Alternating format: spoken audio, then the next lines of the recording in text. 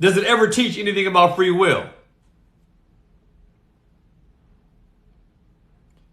Where in the scripture, somebody please tell me, where in the scripture does anyone, any apostle, any prophet, Christ himself, God from heaven, where does anyone teach free will?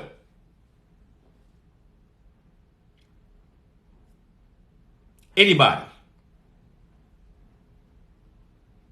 It's not there.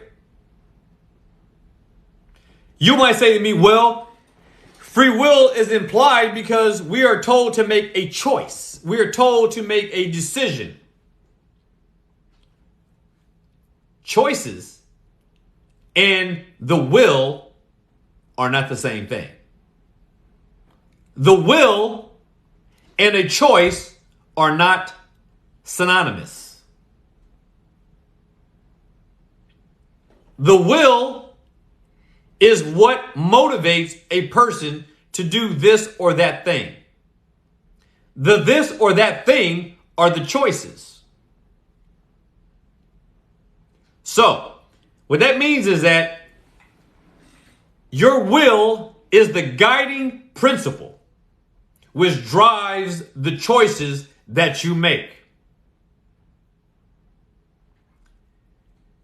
The will, free or otherwise, guides the choices that you make.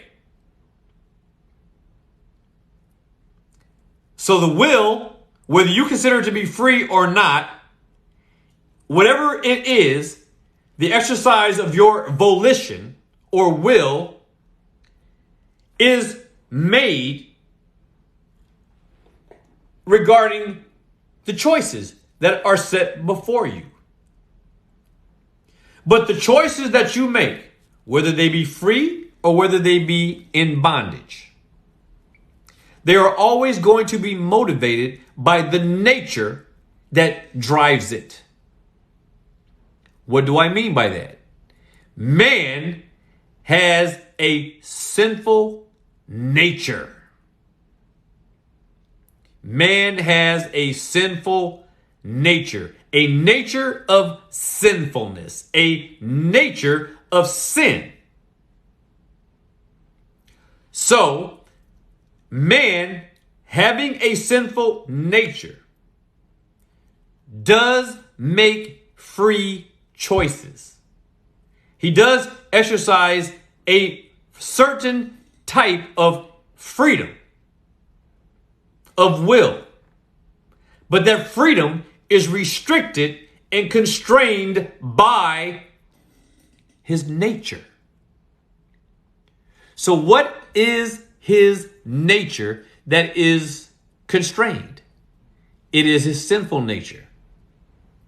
So if a man has the freedom of nature, which is constrained or confined by his sinful nature, what types of choices do you think he's going to make?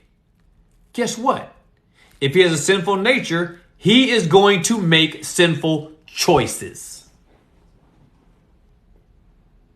Man with a sinful nature can never choose righteousness, can never choose holiness.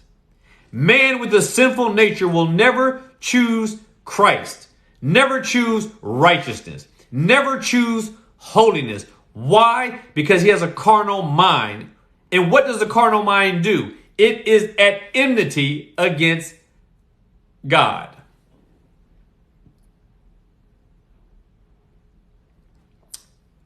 I don't know how anyone who professes to be a Christian can believe that they came to Christ because of their free will.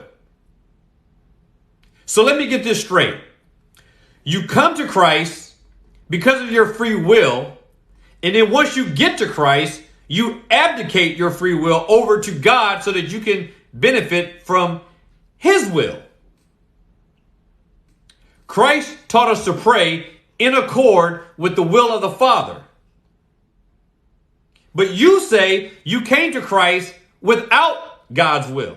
You came to Christ of your own free will. And then after you came to Christ with your free will, then you had to give up your free will and submit to God's will. But my question is this. Why would you have, if your will was so free that you had the intellect, the wisdom, the spark of divine intellect to be able to choose salvation, righteousness, holiness, Christ, then why give it up after coming to faith and submitting to God's will? It doesn't make any sense. But the same people